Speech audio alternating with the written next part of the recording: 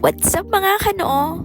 Isang magandang araw at ayun na nga, panibagong araw na naman at panibagong Brigada Eskwela. Ngayon nga pala ay araw ng Martes at pangalawang araw na po ng ating Brigada Eskwela para sa taunang 2024-2025. Bilang nakagawian, taon-taon ay tayo nga ang magpipintura, maglilinis at kung ano man pwedeng i-repair sa ating classroom kung saan tayo naka-assign. Sa totoong buhay kasi talaga, bihira lang yung tumutulong sa brigada at karaniwan ay tayo rin talaga ang tatapos para maging handa na ito bago pa dumating ang unang araw o unang linggo ng pasukan. Napakaraming aayusin at ipe-prepare sa ating mga classroom. So, pati pagpipintura ay atin na ngang ginagawa. Ayan, madali lang naman to matutunan, lalo na taon-taon mo naman siyang ginagawa ay parang ikaw ay pwede na maging professional painter. Baka naman. Yan, sarit-saring kulay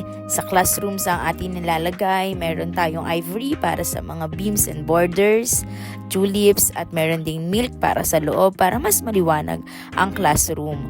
So, maingat na pinipintura namin yan kasama ang aking co-advisor dito sa room ng Kamya. Ayan, si Ma'am Cora at nakapato na siya dyan sa bangko para maabot yung grills na kinukulayan niya ng Temptation Green. Nandito din si Ate Mais para tulungan tayo na matapos kaagad sa pagpipintura. At syempre, andyan din si Iglo.